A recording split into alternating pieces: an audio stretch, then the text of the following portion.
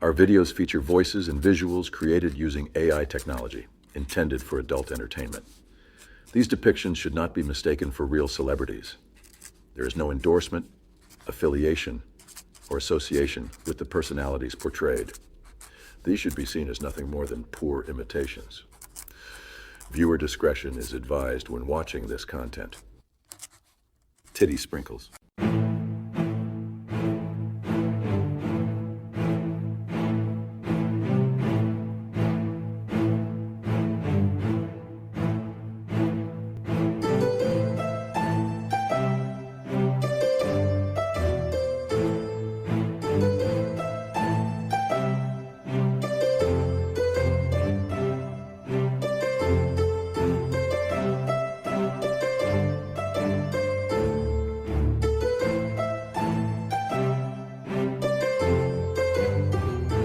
Previously on Tyranny of Dragons. This one falls down after a single blow from Lillian's dagger.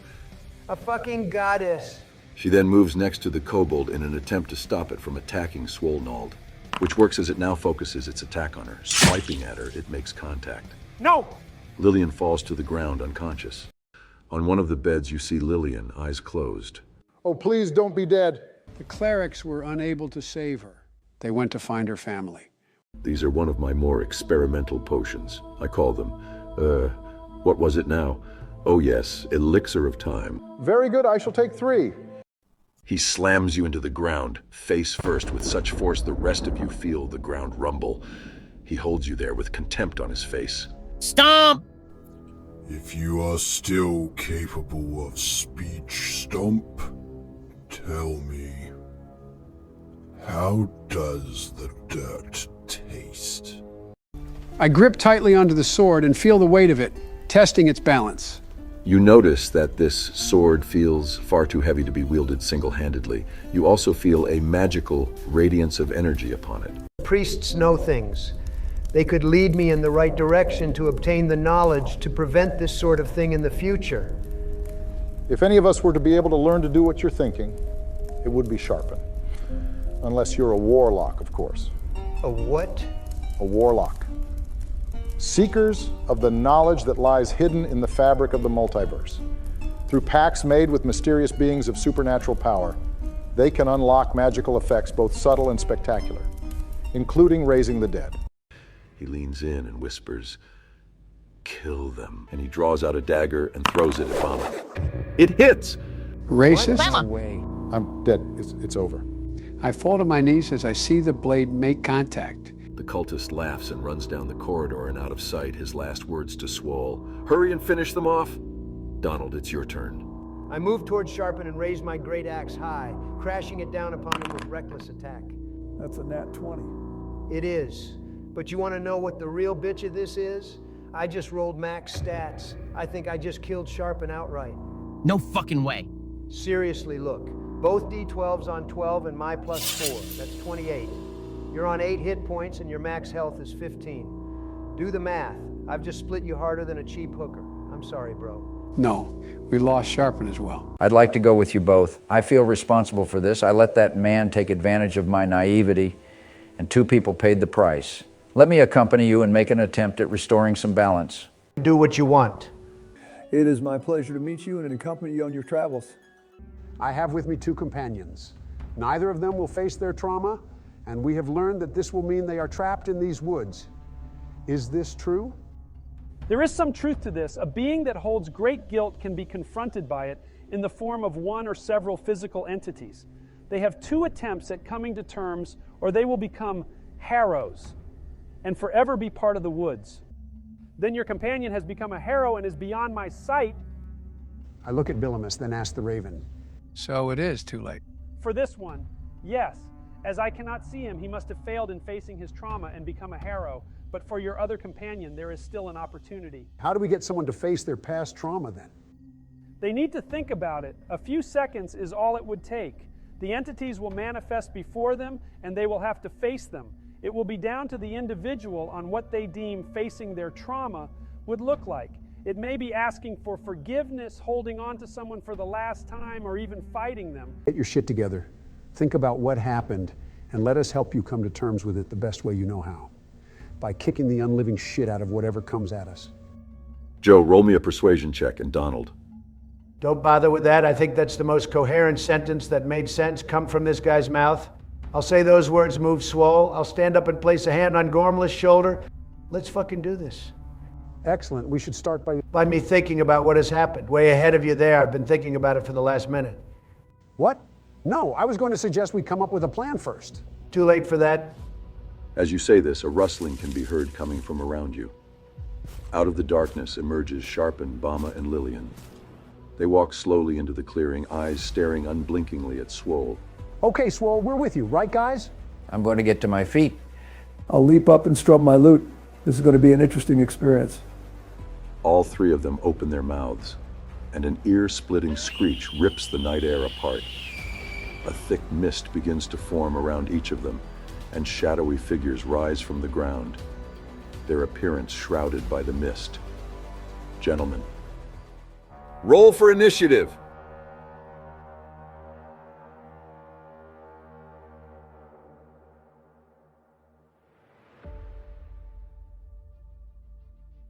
I wish you gentlemen good fortune for this fight.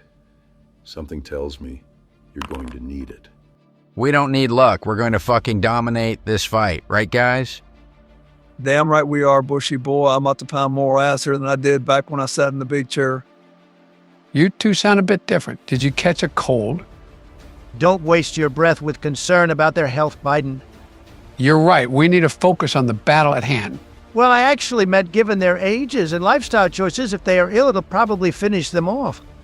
But hey, you do you? And I'll start us off as it looks like I got the best roll. Naturally.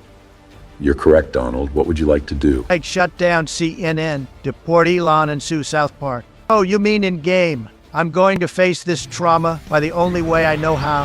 I fucking rage.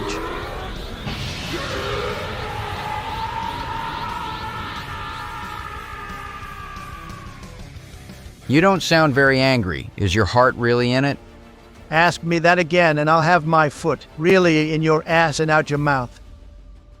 After the intensity of your rage levels out, the mist begins to clear, revealing the creatures that emerged from the ground. They appear to be ethereal beings, yet hold enough substance to wield long blades in their hands, made of a shimmering steel. They hover, ever so slightly from the ground. You can hear incoherent whispers coming from each of them. They sound like a bunch of Bidens off their meds. Don't worry, boys, the doctor is here. I will charge at the nearest one to administer a dose of reckless attack, using my great axe to deliver it orally. Your attack makes contact. Sweet zombie Jesus, that is not too shabby for first blood drawn. 12 points of American greatness just got shoved down your gullet. Well, actually, although your score does say 12 points, your axe didn't seem to do as much damage as you initially thought it had. What's that? How much then? You did half as much. Fuck off. That I can't do. Please continue your turn. Hold up. Just why am I only dealing half as much damage? I'll let you figure that out on your own. Whatever, I end my turn. And so Bama will have theirs. They take one step forward. Raising a single hand, they point at Grog. A strangled hissing noise comes from his mouth as he attempts to cast hideous laughter. That makes a creature fall prone. Oh shit, we can't have anyone immobile at this stage. I guess we're fucked then. It'll be okay, guys. I have faith in my dice rolls. That won't be necessary. I was going to say he attempts to cast hideous laughter, but as your intelligence is below 4, you are unaffected by the spell. I guess it pays to not be smart sometimes. I've been saying that for years. Bama lowers its hand and remains motionless, ending its turn. Just as useless in death as he was in life. Let's see if the same can be said for Sharpen. Bring it on. I ain't afraid of this punk-ass elf bitch. He'll begin with casting Sanctuary upon himself as a bonus action. Like a little bitch. He then walks 30 feet away from you. Still a bitch. And finally, he opens his mouth and speaks in that same strangled hiss as he uses an action to activate his channel divinity Order's Demand. All 4 of you need to make a wisdom saving throw. You'll only need an 11 to pass. I have advantage thanks to my magic resistance ability. I failed. Darn it all, I failed as well. Hey, I saved it. Let's fucking go. Oh, what in the Epstein files is that shit? I call it karma. It's what you get for being such an ass. Swolenold, Grog, and Billimus, All three of you feel an unwavering urge to obey Sharpen's command, and you immediately drop your weapons. He will end his turn there. Looking at what we've seen so far, our old friends are using their abilities and spells they had prior to their deaths. I'm going to assume they also then have the same AC and HP as they did before. There's no point in risking attacking Sharpen while he has Sanctuary active, so I'm going to focus on Bama. Charging 20 feet straight at him, I'm going to hit him with Night Stalker. That hits. How's he looking? Bama buckles under the force of the blade's slash. He is very bloodied and beaten. Look at that, your damage isn't halved. Then I shall use Action Surge and finish the job. Your attack narrowly misses. As you swing your blade, Bama stumbles, avoiding a potential killing blow. Then I'll end my turn. Lillian tilts her head back and screeches into the night sky. The creatures on either side of her begin to glow and glide towards her, disappearing as they make contact. She too begins to glow. She'll move 30 feet towards Swole and end her turn. She definitely didn't know that ability before. I reckon we shouldn't assume anything about these guys. I think you're right. Be careful, Bill. Oh boy, it's time for this old player to eat some ass. Don't you mean beat some ass? I know what I said, now step aside. I opt a tiny one that my fellow bearded friend failed to finish off. I put my hands in my mouth and called to him. You're only half the man your mother was, and I should know. I fucked the balls right up over last night. They were particularly tiny and shriveled, so I reckon they belong to you. And cast vicious mockery. What the fuck, Bill? That was too much? That was pretty good. Maybe less on the balls next time. He'll need to make a wisdom saving throw, Dungeon Master. Well, it's not going to cut it. So I deal 1d4 psychic damage. One moment, Bill. Bama will use his ability Chronal Shift to re-roll his wisdom saving throw. Another failed save, as you were, Bill. Boom, baby. Now take it like your mom did and call me Lust Daddy. I'm starting to get a bad feeling about this guy. After such a visceral and disturbing series of words used within the vicious mockery, the psychic damage warped Bama's mind, causing internal bleeding, which now drains out of his nose, ears, and eyes. He falls backwards, and just as he is about to hit the ground, he disappears into a puff of black smoke. Donald Swole would feel a small uplifting sensation within his own mind. I'll finish my turn facing this sexy-looking elf, licking my lips as I do and calling to Gormley. I'll leave you to handle those things. I'll take the lady if you don't mind. Bill, that's not a Shut the fuck up. You don't know what she identifies as. Don't pretend you care about that sort of thing. You just want Ben's character to get Satyr handled. Character needs closure. I truly believe this will bring it. Then we can move on with the campaign. I don't know why you're so difficult sometimes, Joe. Dungeon Master, can I ask that we don't allow for any sort of P. Diddy type of things to happen in this campaign? Don't worry, Joe. I'll step in. With the baby oil. Should the need rises. Now let us continue on. I believe it is your turn, George. At last, I reckon I'm about to level the playing field. I use Step of the Wind, spending 1 point to take the dash action as my bonus action. I'm going to run over to here, avoiding Sharpen so not to get an opportunity attack from him. And if I counted correctly, I only used 50 feet of movement to do so, giving me 30 feet left. I'll then make an attack action. That's 11 points of damage. Unfortunately, that is only half rounded up, so it'll be 6. I figured it out. Bias towards right-leaning parties. Not even close. Keep thinking. I'll spend my final ki point to use Flurry of Blows and make 2 unarmed strikes against the same guy. You won't be able to do that. You already used 1 point to dash as your bonus action, and you only get 1 bonus action per turn. Oh, yeah, you're right. My bad. I'll end my turn there then. Very well. And now the summoned creatures will take their turns. The one next to Grog will attack first. Using its spectral longsword, it also has multi-attack. Its first attack will miss. Its second makes contact, dealing 2 slashing and 3 force damage. The next attackers will be the ones nearest Swole. The one directly next to him attacks first with advantage, thanks to Swole's earlier use of reckless attack. The first attacker misses its first chance, but is successful on its second, dealing only 2 damage after taking in your rage, and 3 force damage. The second attacker also misses on its first try, but hits on the second, dealing 2 slashing and 1 force. The final 2 will attack Gormley. The first attacker's first misses. The second attack also misses. The final attack also misses both its attacks. That will conclude round 1. I appreciate you fast-tracking their turn. You got to give the people what they want. And what they want is more of my godly skills. Time to bust some heads open. We'll see if you can pull that off. I take it you're continuing your assault on the first one you attacked earlier. Am right, and I'll continue going reckless. Oh yeah, that's the good stuff. I guess that's just 5 points of damage though, right? You are correct. However, combined with the previous turn's damage, it was enough. The creature writhes on the spot and evaporates into a puff of smoke, much like Bama did before. Bitching. I'll end my turn. It's now Sharpen's turn. I noticed how none of you mentioned picking up your weapons after his last ability.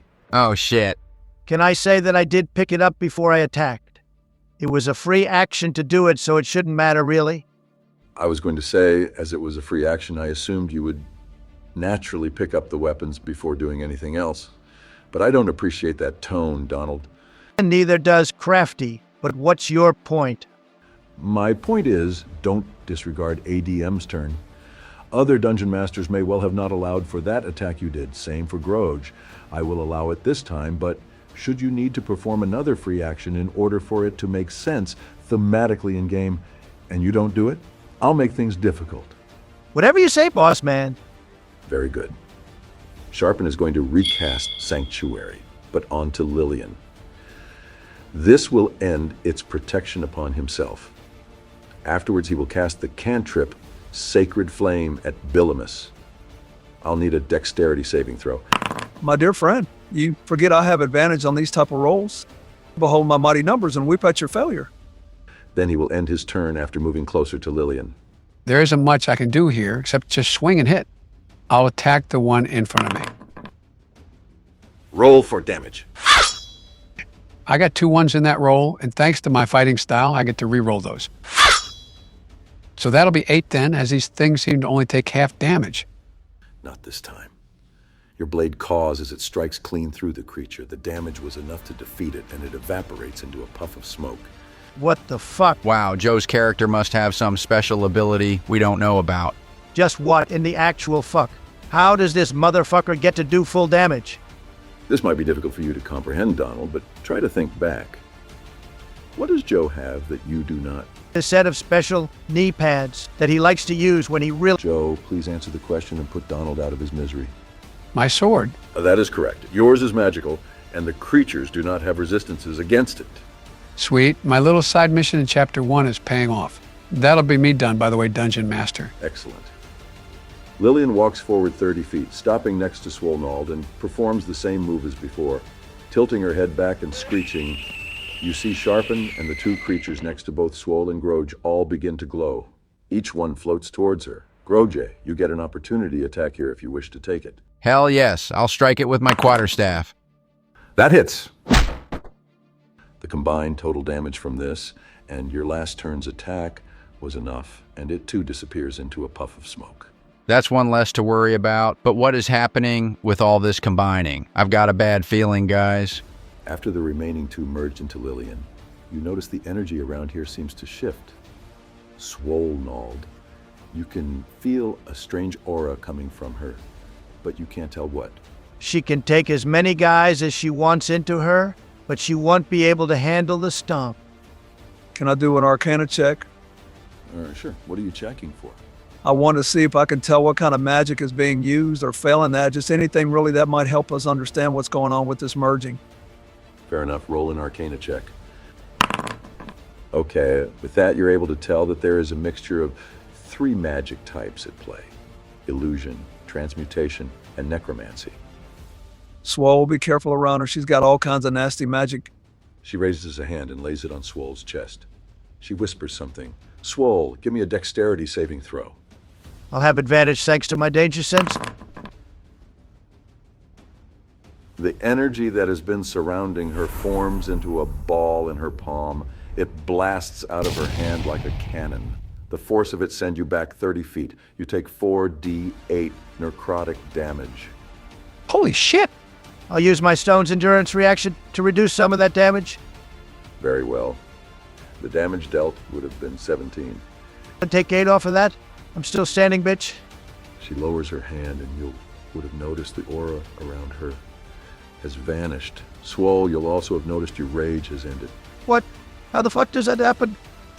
I got hit. I should still have it active. It must be something to do with that blast that nullified your rates. Want to be careful, guys. Who knows what else she is capable of? Her turn will end there. I'll start things off by casting Healing Word on Swole, restoring 10 HP. Then I'm going to cast Vicious Mockery on this lady. Roses are red. The night is black. And your chest is as flat as your back. Succeed a wisdom saving throw or take 1d4 psychic damage. Your vicious mockery was successful, and your attack seems to do more damage than you thought it would. Ah, so it's like the opposite to those other creatures. Bill, keep slinging those insults. Will do. That's me done for now. I don't have any psychic type damage, but what I do have is pure strength. I'm going to run at her and hit her with my quarterstaff. It hits! Then I'll use my last Kai point to do flurry of blows with 2 unarmed strikes. They both hit. Nice, so that's 28 points of damage. Indeed. Your combined attacks deal a massive blow to Lillian. She stumbles somewhat, but then steadies herself. So no resistance for physical damage then. Just fucking wait for my turn. I'm finished with mine. The creature will take the disengage action and glide towards Lillian, ending its turn and the second round. Okay, time to dance. I run forward, reactivating my rage, then I'll go full reckless and cut the bitch's head off. Well, you try to go into a rage, but you find it doesn't seem to be working. You can still go reckless, though. Yes, what the hell did she do to my character? Now that is the question, isn't it? Oh, fuck it. I drive my axe into her fucking head. Let's go, boys! Donald, join me in my private room. The moment your axe made contact, you are shrouded in darkness. You feel yourself falling, although not through air, more like water, but as fast as if it was air. There is no sound, no light, nothing but darkness. But as soon as you begin to feel used to this sensation, you find yourself standing in a location you're not familiar with. It seems to be devoid of anything, a wasteland of red and black with almost no light. You have no time to really drink in your surroundings when a flash of crimson light bursts in front of you. A tall figure stands before you, draped in red armor, a horned helmet and wielding a blade of pure fire. Upon the helm sits a large ruby, and below it rests a pair of glowing red eyes and a gaunt face, its skin stretched and dark. Streaks of fire snakes around its body as it looks down on you. Swole-nosed stomp. At last, our paths cross. I have been searching your world for one who would be fit to serve under my name. I have been observing your journey and have witnessed your strength at play. I have deemed you worthy to become my champion. And just who the fuck are you? I am Delorum. I brought you here, for I possess powers that you cannot begin to fathom. Powers that I shall bestow upon you. What makes you think I need your power? I've done fine without it so far. I'm about to defeat some ghost bitch without your help. We both know you have failed in facing your Harrows, Swole-nosed. You may have defeated them in combat, but I can see into your heart. No amount of fighting will bring you the relief or closure that you desire. You are doomed to remain in those woods until the day that you die. But I can help you. Become my champion, and I will release you from your pain. I will help you pass through the barriers of the harrowing woods, so you may feel freedom once more. Damn it, boss man. Just what the fuck are you throwing at me here? I'm simply giving you an opportunity for something new, Donald. Keep in mind it would mean taking a level in Warlock. Should you go ahead with it? Let's say I believe you and accept. What else will you give me to become your champion? I don't know what sort of powers you have that I could possibly want. All I need is my axe and my nipples. Most men would have simply accepted what I have offered and be done with it. Impressive. I knew I chose correctly. Very well. I shall show you an example of my powers and bring back someone from the dead that you know. Name them, and it shall be done. Oh yeah. Well, how about you bring back Bama the Wise? A little gnome wizard. If you're so powerful, try that. It is done. When you return, he shall be among you. Now, do we have a deal? Hold up. I don't just make deals without knowing the facts first. You tell me you'll give me powers, and you've offered me some gift to sweeten the agreement. Now I want to know, what's in it for you? I need a champion in your world, for I cannot enter. There will come a time I will require your abilities. When that time comes, I expect great things from you. Everyone does. I am pretty great, ask anyone. And although flattery will get you many places, I'm not sure if it'll be enough for me to accept. You see his eyes glow, and you get the feeling he is becoming frustrated.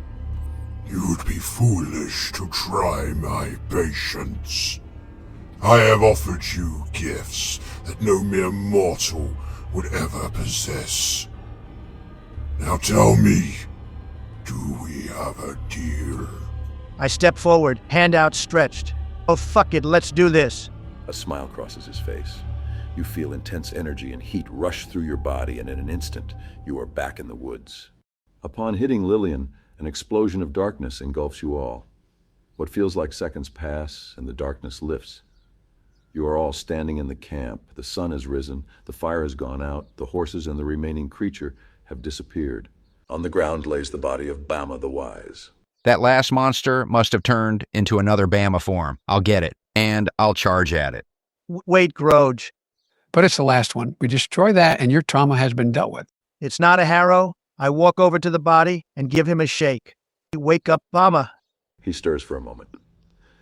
Then his eyes open, and he slowly sits up, rubbing his head. What? Where am I? How did we? What's going on? Bam. I rush on over. Gormley, Swole, what is going on? What's the last thing you remember? We were on the ground fighting a cultist and a turtle. I remember lying on the cold stone and then nothing. Bama, you died down there. We buried you and Sharpen and Greenest a few days ago. Feels more like a year at this point. So how did I end up here and alive? I have no idea. I look around at the others, hoping someone could explain it. It doesn't matter right now. Let's just get the fuck out of these woods. Do you feel like your trauma has been dealt with? Only one way to find out. Let's head out of here and see if I can leave. But what about Bilmus? He can't leave ever. Can someone explain to me just what is happening right now? I'll worry about how I got back later, but I have so many questions that my head is starting to spin. I'll take 10 minutes or so to explain everything that has happened since he died. I'm going to stand still in thought while this is happening, putting my hands in pockets. Brock, as you put your hands in your pockets, you can feel 2 bottles inside.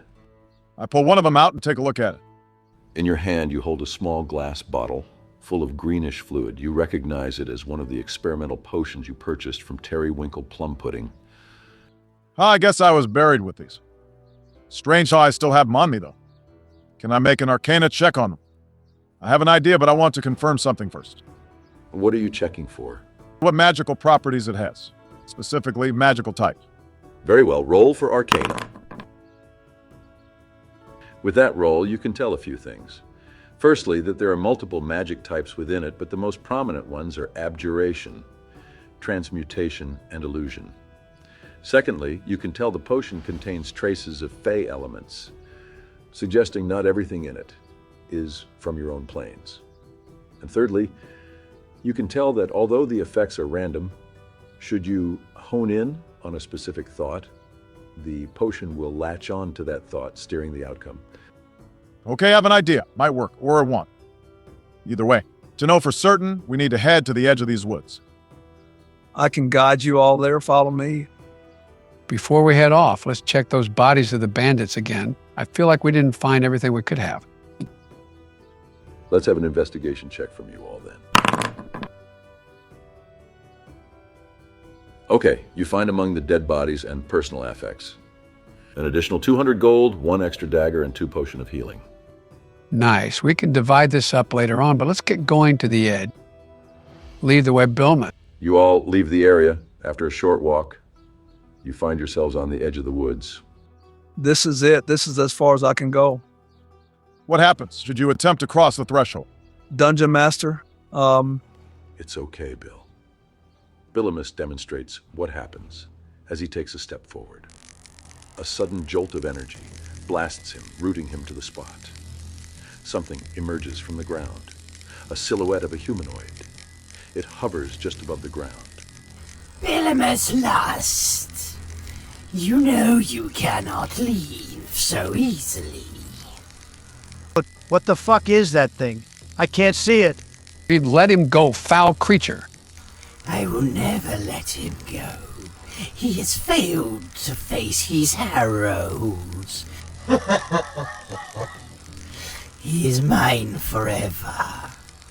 That's a creepy-ass voice. Am I able to step back? Yes, and as you do, both the energy surrounding you and the silhouette vanish. And there you have it. Anytime I've tried to leave, I'm met with whatever that thing is. Let's see if it'll happen to me. And I step forwards.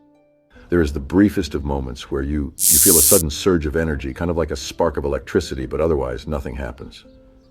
Thank Delorum. Who's Delorum? It doesn't matter. So what's this idea of yours, Bama? Yes, Billimus. I want you to drink this potion. And while you do, think of someone you know to be alive. That seems oddly specific. Well, I have a theory about this potion. Its primary focus is to grant health and vitality to the drinker, but it comes with a side effect. The variations are wildly different, but it seems to transform the individual. I think it latches on to a thought that is being had while it's being drunk, and thus changing the individual into something of that effect. So what were you thinking about when it turned you into a duck? You became a duck? Only until the following morning. And I think I know why. At the time I drank it, I was hungry and had a brief thought about a particularly delicious meal I had had the night before, roasted duck, when I woke the following morning. Having not given the meal another thought since then, I reverted back to myself. That sounds like a load of horse shit. Perhaps, and yet stranger things have happened. I'm standing proof. From what you'll have told me, Billimus is going to be trapped here forever, so maybe we can trick this creature into thinking Billimus is someone else using this potion. Of course, there is no guarantee it'll work. But if I'm correct, he'll be walking out of here with the rest of us.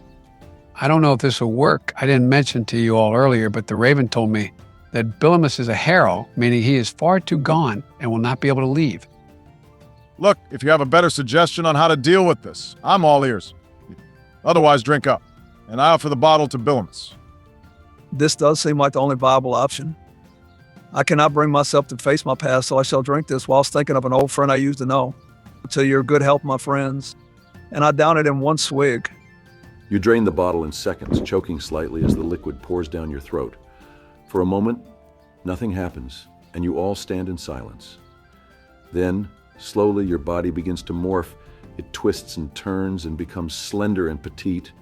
You begin to shrink, your horns recede, your beard falls off. You take on the look of much younger human female.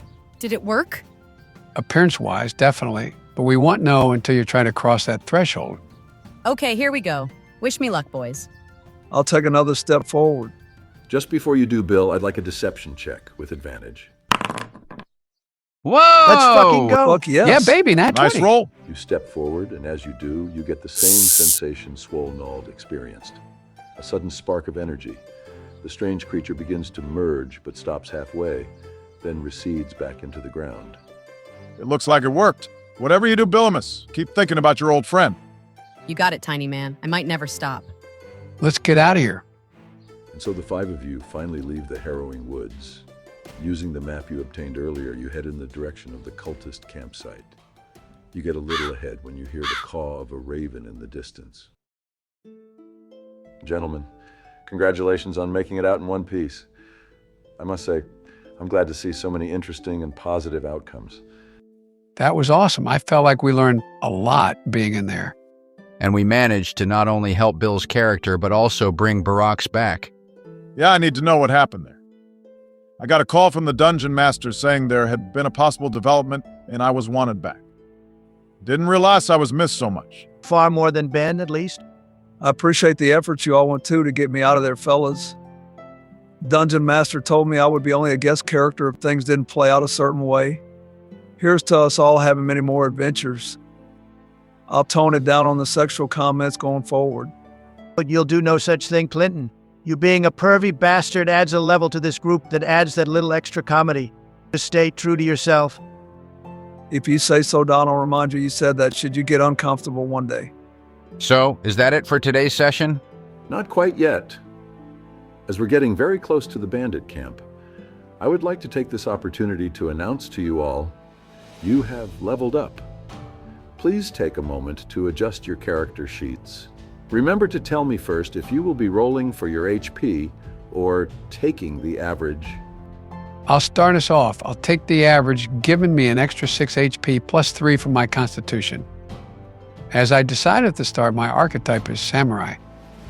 I now get a new proficiency. I'll take persuasion. I also get fighting spirit, which allows me to make a bonus action and give myself advantage.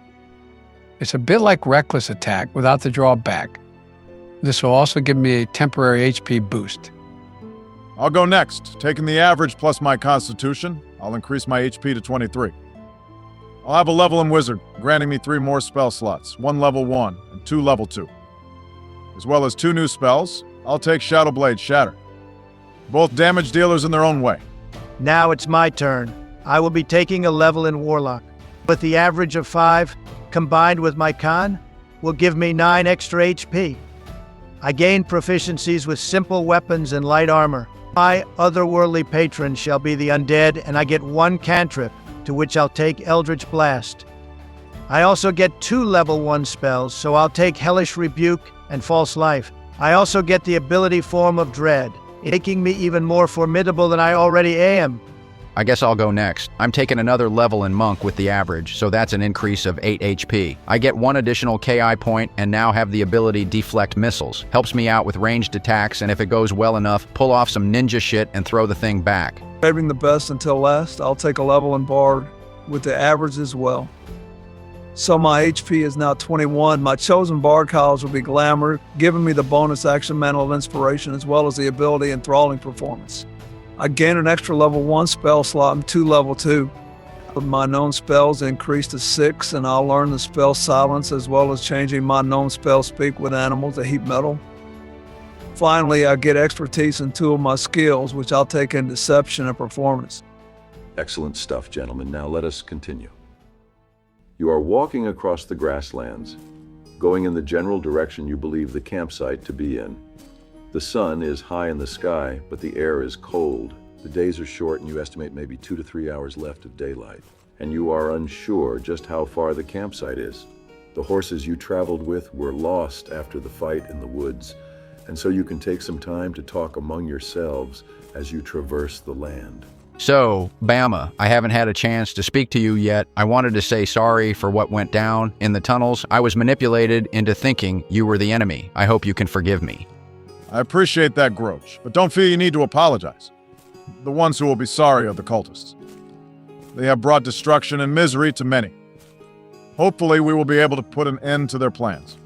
Speaking of plans, shouldn't we spend this time coming up with our own? We don't know what we're walking into here. You're right for once. I'm all for going in full charge. Just smash any head in that wears a cloak. And if you see that half-dragon, he's mine. Let's call that Plan B. I could try seducing any stragglers, lure them into a false sense of security with my feminine charms. I guess that could work on one or two guys, but I don't see it being a viable tactic to take out the whole campsite. What are you guys talking about? Bilmus, I think your change in form is distracting you from what's about to go down. So could you try focusing a little? Sorry, my fellow beard grower. 50 years of solitude can really mess your head. I mean, have you seen me? It's hard not to, seeing how you keep at jiggling. Seriously, you old pervert. You couldn't have thought of someone else? Well, Bama did say to think of someone who I knew to be alive. I was kind of taking a gamble with this one. I met her when she was just starting out as a tavern maid, and I reckon she would still be alive today. Did you only know humans? There are so many races that outlive us. Surely you must have met other people. Well, yes. But everyone that I've ever known has been dead for a long time. How could you know that, being stuck in those woods for so long? There is no doubt in my mind that there is no one left who knows me but her. I made a terrible mistake when I was young and foolish. Is this the reason you were stuck in the woods? Yes. What could you have possibly done that would make you believe everyone you know is no longer alive? I couldn't face that answer in the harrowing woods, and I cannot bring myself to answer it to you. Please don't ask me any more about it. We won't say another word. So, Groach, just what were you doing in those tunnels? That was my home. Really? For how long? As long as I can remember. Since I met you guys, this has been the first time I've been outside the tunnels. So you've never seen anyone like us before? No, I've seen people plenty of times. I would go near the exits and watch the people of Greenest. And of course, I had my master until he died. A master, not a parent? I don't know what that is, but I have always known my master. He trained me in the ways of the fist. I would ask him about the outside world, but he warned me it was too dangerous. How did he die? He went to sleep one evening and didn't wake up. These pieces of clothing and staff were his, and I wear them to keep him close. How long ago did this happen? I don't know, but I was less than half the height I am now. I guess it would be difficult to measure time being underground. I guess so. My master only ever mentioned time once before, the day he fell asleep. He said, "The way we spend our time defines who we are." Speaking of time, just how long will I look like this, Bama? I'm afraid I can't give an answer. I am by no means an expert. Could be a few hours, a few days, the rest of your life. Only time will tell.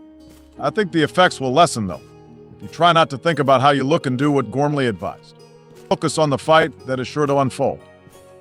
Now, as for a plan, I suggest once we know we're close, move quietly so we can get close enough to scope the area out. Assess the situation and see if we can spot any potential leaders among the group. If we take them out, maybe we can scare the rest into surrendering. Yeah, maybe. I like the idea of being stealthy for as long as possible. But I did think of something else. They were ransacking Greenest for all its treasures. Perhaps they need that for their plans. If you find a way of either stealing or destroying that, maybe we could put a real dent in their operation. If they took any of those barrels of oil that were in Greenest, we could make use of those. They were highly flammable. Could be good for a distraction or to wipe several of them out. So to sum up, once we know we're getting close, sneak up to the campsite, scope the place out. Try to find the treasures they stole, either steal or destroy it. Use the barrels of oil, if they have any, as a distraction, or simply as a resource for damaging them. And if we can work out who the leaders are, take them out, but leave the half-dragon to the big guy. That sounds about right. I'm feeling more confident about our chances, knowing we have something of a plan. But now we have that set. I'd like to know how exactly you guys were able to bring me back from the dead. I see that sadly. Sharpen wasn't brought back as well, so I'm a little confused if there was a cleric who did this, because surely they could have brought him back as well. We have no idea how you came back, Bam Bam. We're fighting dark versions of yourself, Sharpen and Lillian, and when Swole landed a blow on her, everything went black for a moment. Next thing we know, you were on the floor. It was me. What was you? I'm the reason you're alive again. When I hit that Harrow version of Lillian, I was transported to another plane. I met an otherworldly being who called himself Delorum. We struck a deal he would bring back someone who I knew had died in exchange for my services to him when he called upon them. I don't know what to say, Swole. A fucking thank you would be a good start. Yes, of course, I've been Bama the Wise. Thank you, Swole Gnawed Stomp, for bringing me back from the dead. I'm just a little shocked. because he's a self-centered asshole. You can kiss goodbye any chance I'd bring your white ass back from the dead. Well, I'm actually shocked because it sounds like Swole made a warlock pact. What you got from it will be far inferior to what I want in return. You may live to regret bringing me back. I'll cross that bridge when I come to it. Before anyone else can continue speaking, you hear conversations taking place a little ahead. Everyone, stay low and be quiet. Approximately 50 feet ahead of you, you can see a clump of trees, boulders, and old stone. A glow of a newly lit fire flickers its lights through the gaps in the branches as the sun is starting to sink, and you can hear several voices. Some do not sound natural. I gestured to the trees up ahead and began very quietly making my way over to there to get a better listen. And will the rest of you also be moving quietly? Yes. Excellent. Everyone, give me a stealth roll, with disadvantage if wearing heavy armor. Shit, I could use my chronal shift if that's not good enough. That won't be necessary. With the conversation taking place and the crackling over the fire, your footsteps were muffled enough to not draw any attention. Are we able to see and hear who they are and what they're saying? Yes. By peeking through the trees, shrubs, and around the stone, you can see there are 5 figures sitting on logs around the fire. There looks to be a couple of humans in bandit-type attire, 2 kobolds, one of which has a set of wings, and a single hooded figure. They're eating bread, a bit of meat, and drinking from wooden mugs. Do we recognize the hooded one? You could roll for history, however. It looks like a pretty standard cloak he's wearing, and he has his back to you. It would be with disadvantage. Fine, I'll wait and see what he says. If he is who I think he is, you guys know what I'll do here. If he is who I think you think he is, then we'll all rush him. But let's hold off until we hear what they actually have to say first, okay? This bread tastes like shit. I did advise against eating it, seeing as our scaly acquaintance here was holding onto the food. Did you do something to this bread, kobold? Of course I did not. Then what's so funny? Your face!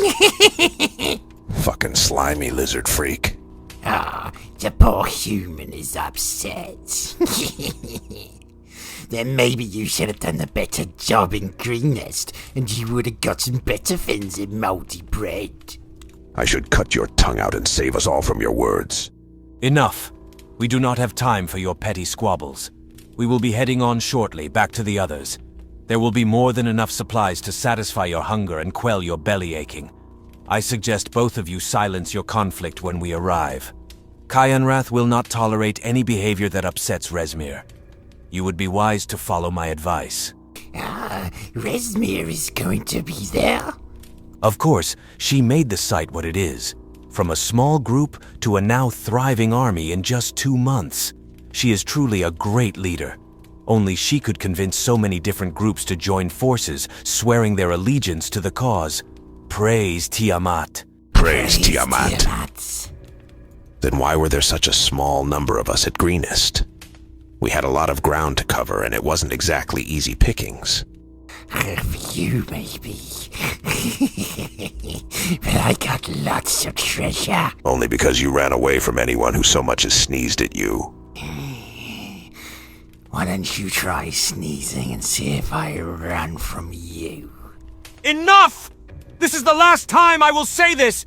Next time I shall take both your heads! Fine, but at least answer my question. I expected better numbers when facing the kind of enemies we did. If you're referring to the group that arrived in the late evening, I would not trouble yourself. They were an anomaly within the grand equation, a mere speck on an otherwise stainless masterpiece. From what I have heard, they turned on each other, thanks to one of my brothers. He was able to control the Goliath into killing 2 of his own and manipulate an outsider to assist him. They will be dead by now or broken. No, now there is nothing standing in our way. Glory to Tiamat. Glory to Tiamat. We should be going. Rezmir will be expecting us before nightfall, and we have still another hour's walk. They begin to get up, throwing away their food scraps.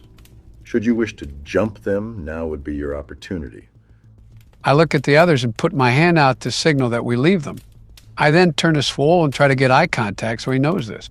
I'm aware of only what the cultist was saying, and my blood would be boiling. I'd be gripping my axes so tight, you could hear the sound of splintering wood beneath his fingers. Someone do something quick. We're not close enough to get a surprise attack off. I could flash my tits at him. Not what I meant, Bill. I'll walk over to Swole and place a hand on his shoulder, speaking softly. He isn't the one you want, but he can lead us to the right one. Hold your ground, I promise you. When we find that bastard, I won't let anyone get in your way. I'll loosen my grip and turn to Gormley. Well, you better fucking keep that promise. And I'll stand down. The group leaves the area. I'll walk closer to the others. We should wait here a little while longer and allow some distance between us and them. I agree. Then we can track them back to their main camp. Also gives big guy here a chance to cool off. Did you guys hear? He said army. I have heard of that word. It means great big number of fighters, much more than us. An army would prove to be a much greater challenge, but that one could have been exaggerating. He wasn't entirely correct about the events that took place in the tunnels. We'll see for sure when we get to the camp. We must stay hidden, though, until we know what we are dealing with. How long will you stay here and wait before moving on? I give them 10 minutes, then I start walking. I guess it'll be 10 minutes then. Very well. 10 minutes pass, then you all proceed on. I'll need a nature check from someone in order to track them. Unless anyone has a better intelligence score of 4. I'll make the roll. Is that good enough? It'll be enough to tell which direction they went in. You continue on. After roughly an hour, the landscape has slightly changed. It begins to become very uneven in parts. There are fewer trees than before, now replaced with large boulders. You notice a discernible dirt path has been formed, suggesting a very large number of creatures have moved along it. Those with a passive perception of 10 or higher will suddenly be able to spot ahead in the distance a small group of hooded, cloaked figures, accompanied by a couple of others draped in some kind of battle armor. They move in formation, but don't seem to have noticed you. Yet. Someone's heading this way. Get behind the boulders, quick. A total of 5 are walking along the dirt path. In the rear march 2 soldiers, with their rusted armor and mismatched attire. They don't appear to be of the same form of military, or too well kept, suggesting they might be some form of militia, perhaps mercenaries. 2 of the group wear the standard black cloaks that you've seen on the cultists. And leading them is the bandit you heard over at the small camp an hour or so ago. He's talking quite loudly, so you're able to make out what he is saying. This is a fucking joke. Showed up late and I get dragged into sentry duty. All because he just had to sit down and rest his feet. I don't see him doing this. Oh no. He gets to fuck off and rest. And what about the damn kobold? Fucking freak got to stuff his greedy little face. All of those lizard fucks are just ass-kissing the half-dragons, and they fucking love it. No wonder there's so much infighting going on. The great Resmir can't seem to hold them all at peace. Is she really the benevolent leader they all make her out to be? Watch what you say when speaking of Resmir, Stanlow. Disrespect will cost you more than a meal. The quarrels you speak of have already been quelled. It was a simple matter of misunderstanding. The generosity of our beloved leader was abused by some dwarfs, to which some of the lizard folk took umbrage. It has since been dealt with, and all is well again. Oh, I saw just how it was dealt with. The dwarves had their own loot seized, and one of them was gutted by Cayenne Wrath. There's a favoritism here, and it ain't for anyone who doesn't have scales, or doesn't have their tongue firmly up the half-dragon's ass. Your words are full of spite. Perhaps, when we are finished with our current duties, you would speak your poison towards our leader so she may release you from your doubts. Maybe I will. Just how far are we going and for how long are we being stationed there? I need to shit. I had some bad bread earlier. We have a few posts to guard. We're to spread out, past these boulders, 2 to go right and left, to the edges of the plateau, and 1 out front with the horn. That'll be your spot, Stanlow. And you'll be stationed there until midnight, when the next group will replace you. Great, so no food, nothing to keep me warm, no company. And I'll be there for hours. Just what the fuck is the point of this? We expecting trouble from outside our camp? Not all our brothers and comrades made it back. and most were advised to remove any clothing that would reveal themselves, in case there would be any resistance groups in the area that would attack them. Your job will be to confirm they are our own and sound the horn. Oh yeah, that little hand gesture you guys make. What was it again? I wasn't paying attention during orientation. One of the cultists raises his right hand, spreading out his fingers and thumb. It is our sign of recognition, for when we meet with or without our formal attire. Simply ask them, who shall be the one to rise? Any true member will know what you mean and will present the gesture. Then give a single blow on the horn. That will tell the camp to expect them.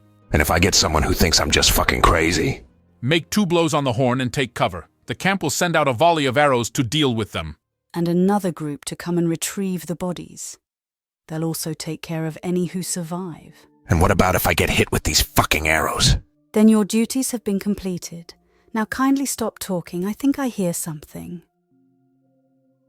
The group come to a complete stop, listening for any strange noises. What would you like to do? We should get the jump on them. Take them out quickly and quietly.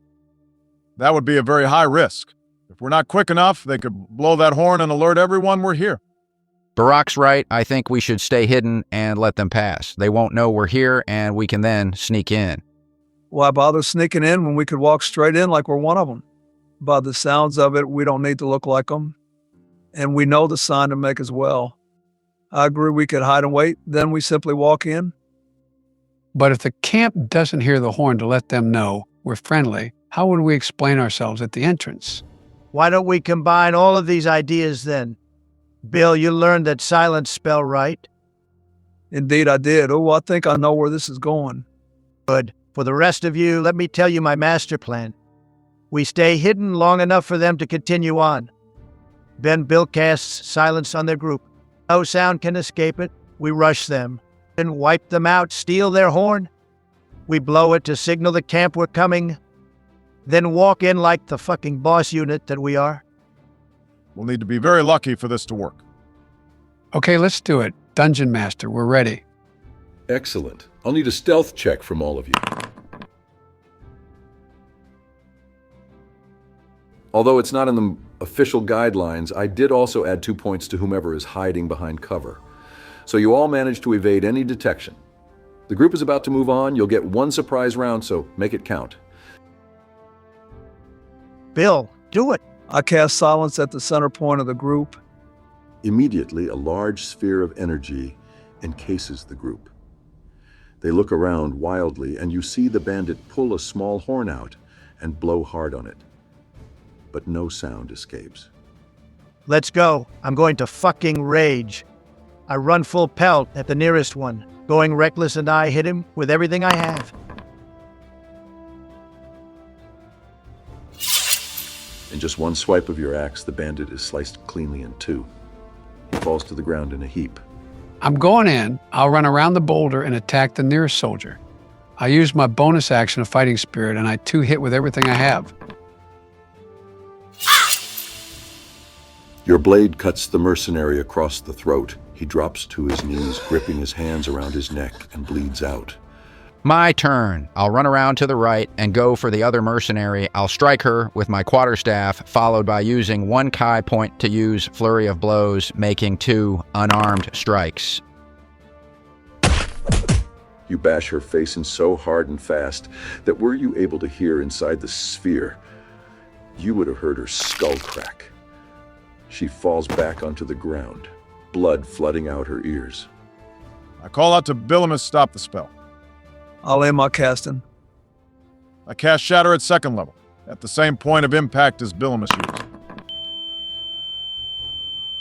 A tremendous blast sends shockwaves through the pair of them. Their eyes burst out of their sockets as they crumble.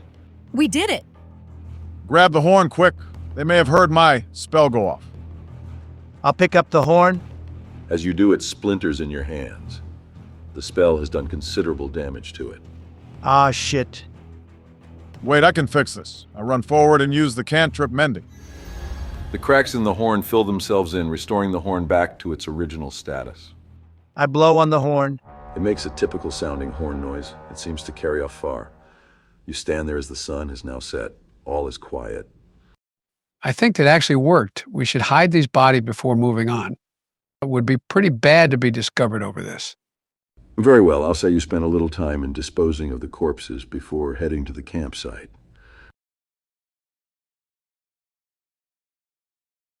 Okay, let's go. And as one, you move on to the entrance of the cultist base of operations. As you walk on, you begin to hear various sounds ahead of you. There's much noise in the way of communication in many different languages.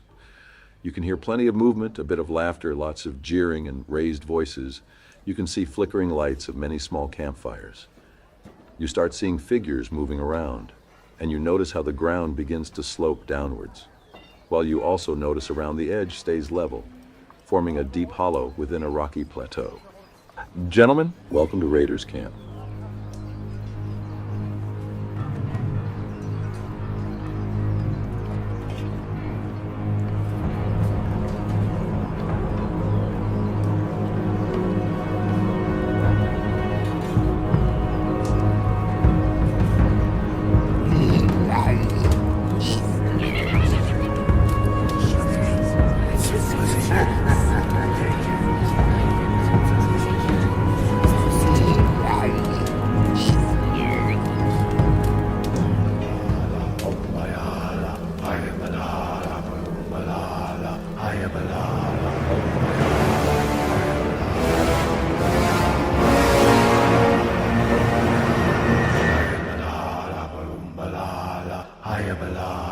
We're so fucking dead.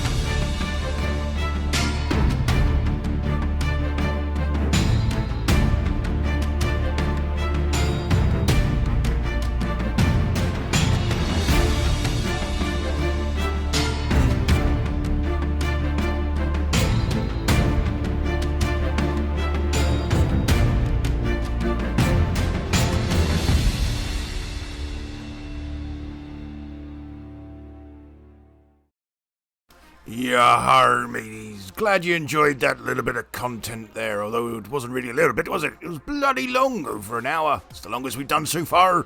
Now, I'll tell you what else is over an hour. This compilation video right here, up to my left, just up there in the top there. If you want to check that out, go and click the button right there. If not, check out the thing on the right, also equally as good. Until next time, mateys, Yahar.